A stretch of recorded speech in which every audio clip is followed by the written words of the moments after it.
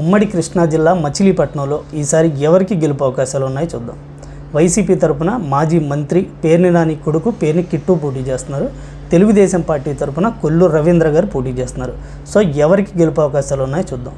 ముందుగా వైసీపీ అభ్యర్థి పేర్ని కిట్టు సంగతి తీసుకుంటే అక్కడ సిట్టింగ్ ఎమ్మెల్యేగా ఉన్న వాళ్ళ నాన్న పేర్ని నాని ఇక నుంచి నేను రాజకీయాల్లో పోటీ చేయను అని రాజకీయాల్లో తప్పుకోవడంతో పేర్ని కిట్టుకి అయితే అవకాశం దొరికింది.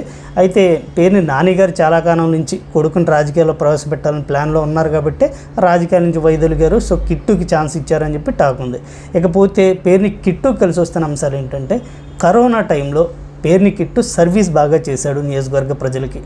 పేషెంట్స్ ఎవరైతే ఉన్నారో వాళ్ళకి రైట్ టైంలో అంబులెన్సులు పంపించడం, అలాగే హాస్పిటల్స్లో బెడ్లు ఏర్పాటు చేయడం, ఐసీయూ సపోర్ట్ ఎవరికి అవసరమైందో వాళ్ళకి ఇమీడియట్గా ఐసీయూ సపోర్ట్ ఇప్పించడం. ఆ కరోనా టైంలో పేర్ని నాని గారికి అలాగే ఆయన కొడుకు కిట్టుకి అయితే మంచి పేరు వచ్చింది. రైట్ టైంలో వీళ్ళు మనకి హెల్ప్ చేశారు గెలిపించినందుకు అనే టాక్ నియోజకవర్గ వ్యాప్తంగా ఉంది. సో అది బాగా కలిసి వస్తుంది. అలాగే బందర్లో ఎంతో కొంత అభివృద్ధి జరిగింది అనే టాక్ అయితే వస్తుంది. అది కూడా కలిసి వచ్చే అవకాశం ఉంది. ఇక వైసీపీ అమలు చేసిన సంక్షేమ పథకం లబ్ధిదారులు కూడా ఎక్కువ మంది ఉండడం కూడా ఈయనకి ఇక్కడ బాగా కలిసి వస్తుంది. అలాగే పోర్టు అభివృద్ధి విషయంలో కూడా వైసీపీ గవర్నమెంట్ కొద్దిగా బాగానే చేసింది కాబట్టి అది కూడా కలిసి వచ్చే అంశంగా కనపడుతుంది.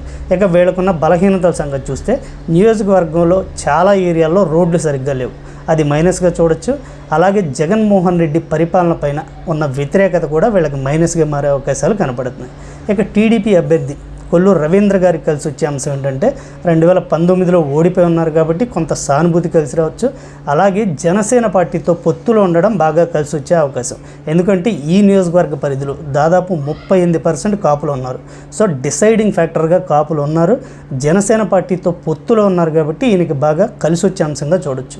ఇక ఈయనకి మైనస్గా మారుతున్న అంశాలు చూస్తే ఈయన 2014 నుంచి 19 వరకు మంత్రిగా ఉన్న సమయంలో నియోజకవర్గంలో సరైన అభివృద్ధి చేయలేదు అనే టాక్ కూడా బలంగానే ఉంది. అది ఈయనకి మైనస్గా మారే అవకాశాలుగా కనపడుతున్నాయి.